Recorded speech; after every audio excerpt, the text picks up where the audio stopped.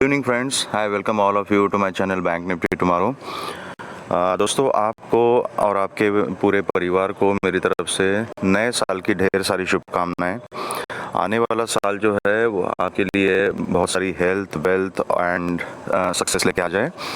और इस साल में हमारा ये गोल होना चाहिए दोस्तों कि हम ये ट्रेडिंग प्लेटफॉर्म पर एक दूसरे से जुड़े हुए हैं, इस चैनल के थ्रू हम एक दूसरे से जुड़े हुए हैं। तो मैं आप सबके लिए एक प्रार्थना करता हूँ कि आने वाले साल में आपके जो भी ट्रेडिंग में कमियां हैं, जो भी मिस्टेक्स है, उनके ऊपर हम काम करें एंड एक पूरे साल में एक कंसिस्टेंट एंड प्रॉफिटेबल ट्रेडर बने। ये हम सबका गोल होना चाहिए। तो मैं ये ऐसी प्रार्थना करता हूँ कि आप सब उस गोल को अचीव करने में सक्सेसफुल हो जाए इस साल में, और at the end of this year all should become independent, consistent and profitable traders. Okay, तो all the best for that. तो इसके ऊपर आप सबने काम करना ज़रूरी है। तो चलिए बात करते हैं कि हमने फ्राइडे के लिए क्या डिस्कशन किया था, कौन सा सेटअप हमने डिसाइड किया था और हमें मार्केट में क्या क्या अपॉर्चुनिटीज़ मिल गई। तो दोस्तों, मैंने फ्राइडे के एनालिसिस के लिए भी आपको बोला था कि इतनी बड़ी रैली के बाद मैं इमीडिएटली पुट की पोजीशन रेकमेंड नहीं करूंगा। कहीं ना कहीं हमारी जो स्ट्रैटेजी रहेगी that would be buy on dip की स्ट्रैटेजी रहेगी। एक्चुअली दोस्तों, ये जो डिप है, इतना बड़ा जो डिप आया था यहाँ पे, अब ये कैंडल है, ये 3 बजे की कैंडल है। ओके, जो तकरीबन 360-370 पॉइंट का ये डिप है।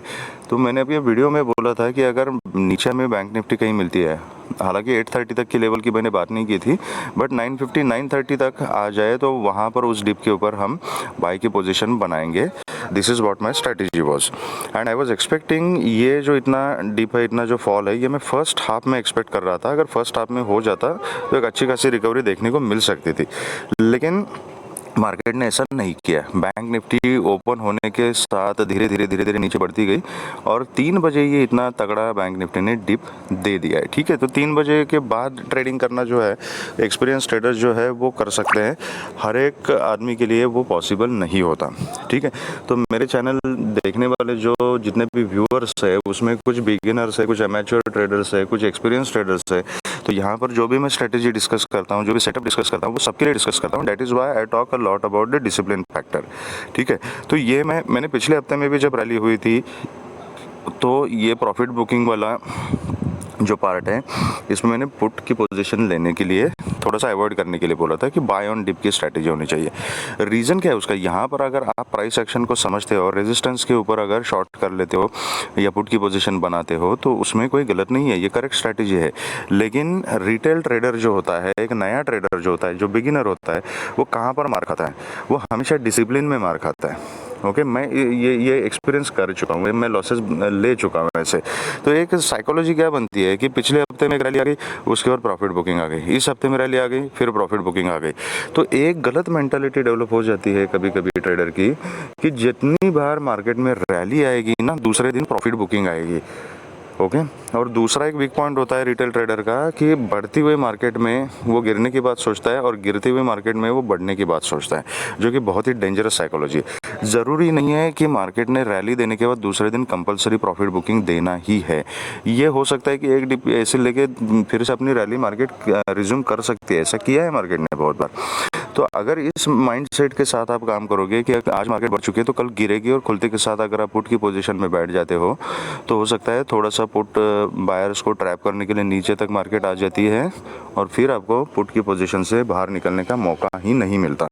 इसलिए ट्रेंड जो चल रहा है उस प्राइमरी ट्रेंड के अगेंस्ट ट्रेड करना बहुत डिफिकल्ट होता है, और उसके लिए आपके पास अच्छा खासा तजुर्बा होना चाहिए मार्केट का। ठीक है, तो इसीलिए मैंने यहाँ पर पुट की पोजीशन के लिए मना किया था, और ना ही मैंने खुद पुट की पोजीशन में ट्रेड किया। कुछ लोगों ने यहाँ खुलते के साथ तो कुछ देखा यहाँ पर कि मार्केट 280 के ऊपर नहीं जा रही है, यहाँ पर उन्होंने पुट की पोजीशन बनाई थी, अच्छा खासा प्रॉफिट कमाया।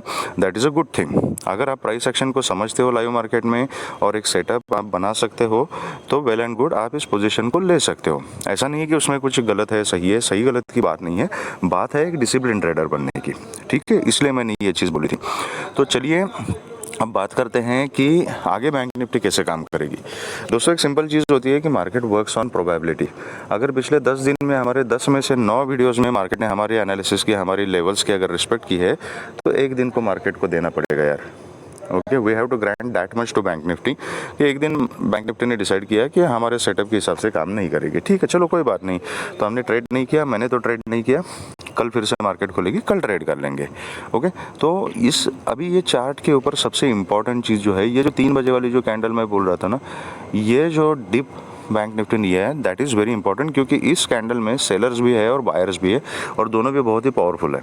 ओके, तो इस चीज़ को आप समझिए थोड़ा प्राइस एक्शन को, कि ये जो कैंडल है, इस कैंडल तक मार्केट क्या कर रही थी, धीरे धीरे धीरे धीरे धीरे धीरे स्लगिश थी, बहुत धीरे धीरे नीचे आ रही थी, लेकिन यहाँ पर आने के बाद इसमें सेलर्स भी एक्टिवेट हो गए थे और बायर्स भी एक्टिवेट हो गए थे, और यहाँ पर एक 360-370 पॉइंट्स की एक आउटसाइडर कैंडल मार्केट ने बना दी है। तो that is why this candle is very important and it gives us a very simple strategy. कल के लिए हमारा सेटअप जो है बहुत सिंपल होना चाहिए, चीज़ों को सिंपल रखना है, तभी ट्रेडिंग में हम कंसिस्टेंसी ला सकते हैं। तो अभी सिंपल क्या है कि हमारे पास 2 ऑप्शन है, एक इस रेंज को हमने ट्रेड करना है, अगर इस रेंज के बीच में अगर बैंक निफ्टी मिल जाती है, ओके, एंड दूसरा चीज़ ब्रेकआउट के लिए वेट करना है कि या तो ऊपर की तरफ ब्रेकआउट दे दे या तो नीचे की तरफ ब्रेकआउट दे दे, तो उस साइड में हम फ्लो के साथ बैठ जाएंगे। तो इसको हमने स्ट्रैटेजी कैसे बनानी है तो देखते हैं। कल अगर बैंक निफ्टी फ्लैट ओपन हो जाती है, इसका क्लोजिंग का है 4330 के आसपास ही, 38 के पास बैंक निफ्टी ने एक्चुअल क्लोजिंग दिया है, डेली बेसिस पे 42975 का कुछ क्लोजिंग दिया है। अगर बैंक निफ्टी यहीं पर फ्लैट ओपन हो जाती है, ऊपर या नीचे अगर जाती है, कहीं पर भी जाती है, जाने दीजिए उसको, अगर ऊपर जाती है तो वेट करना है कि क्या 43210 का ये लेवल, ये मार्क कीजिएगा, ये इंपॉर्टेंट है, और नीचे 42830 का लेवल जो है दैट इज़ इम्पॉर्टेंट। ये एक रेंज बनाई है बैंक निफ्टी ने। तो फ्लैट खुल के अगर ऊपर जाती है तो देखना है कि क्या 210 के ऊपर सस्टेन हो रही है। अगर 43210 के ऊपर एक 5 मिनट्स की कैंडल का क्लोजिंग बैंक निफ्टी देती है तो यहाँ पर ऊपर हम कॉल की पोजीशन बना सकते हैं, okay, with a very strict stop loss. 180 का स्टॉप लॉस आप रख सकते हो और एक कॉल की पोजीशन यहाँ पे बना सकते हैं। ऊपर का फर्स्ट टारगेट रहेगा 43430, देन 500 एंड देन 620, ओके। लेकिन अगर फ्लैट खुल के ऊपर जाने के बाद फिर से अगर 210 के आसपास रिजेक्शन लेती है तो यहाँ पर आप पुट की पोजीशन बना सकते हैं with a very strict stop loss. 230 का आप ऐसा लगा सकते हो, और नीचे फिर टारगेट आपका रहेगा 42830। फर्स्ट टारगेट विल बी 980, 930 और फिर 830, ठीक है। इस टारगेट के लिए बैठ सकते हो। तो इन शॉर्ट हम क्या करेंगे कि अगर यहाँ रेजिस्टेंस के पास मिल जाती है और कल के दिन भी अगर इस रेजिस्टेंस का 210 के जो लेवल है इसका मार्केट अगर रिस्पेक्ट करती है तो यहाँ पर हम पुट की पोजीशन बनाएंगे, और सपोर्ट जो 830 का सपोर्ट है इसके पास सपोर्ट लेती है तब हम यहाँ पे कॉल की पोजीशन बनाएंगे, ठीक है। रेजिस्टेंस पे पुट एंड सपोर्ट पे कॉल। एंड अगर इधर साइड में जब कभी भी फर्स्ट हाफ में सेकंड हाफ में जब भी इसका ब्रेकआउट अगर मिल जाएगा तो हम उस डायरेक्शन में ट्रेड के लिए बैठ सकते हैं। जब 42830 को मार्केट अगर ब्रेक करती है तो फिर नीचे लेवल्स इसके रहेंगे 42630, देन 42500 एंड देन 42430। ये नीचे की तरफ इंपॉर्टेंट टारगेट्स रहेंगे। इससे ज़्यादा टारगेट्स मैं कल के लिए कुछ नहीं देख रहा हूँ। तो ये रही रेंज को ट्रेड करने के बाद, रेंज को ट्रेड करो और ब्रेकआउट पे उस डायरेक्शन में बैठ जाओ।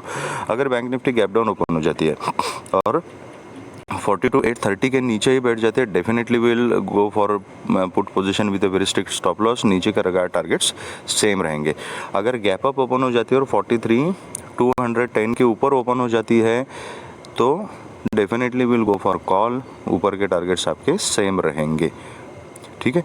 लेकिन अगर किसी भी हालत में ये गैप डाउन और गैप अप होने के बाद फिर से अगर इसी रेंज में आती है तो फिर आपको प्राइस एक्शन देख के काम करना पड़ेगा।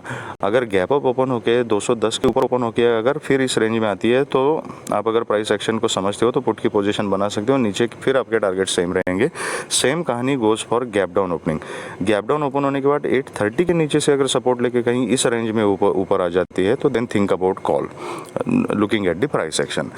तो सिंपल रखना है, ज़्यादा कॉम्प्लिकेट नहीं करना है। तो इस तरीके से हम कल मार्केट में काम कर सकते हैं। बाकी डेली मार्केट में अगर कुछ लेवल अपडेट्स है, कुछ इंपॉर्टेंट चीज़ें तो मैं अपने टेलीग्राम चैनल पे शेयर कर दूंगा। आप मेरे चैनल से जुड़ सकते हो, जिसका लिंक मैंने अपने डिस्क्रिप्शन बॉक्स में दिया हुआ है और वीडियो के एंड में उसका QR कोड भी मैंने शेयर किया हुआ है। अगर आपको ये वीडियो पसंद आया है तो please hit the like button and subscribe the channel and share the video with the maximum people so that all will be benefited. Thank you very much friends, and all the very best, and happy new year once again. Thank you very much, all the best.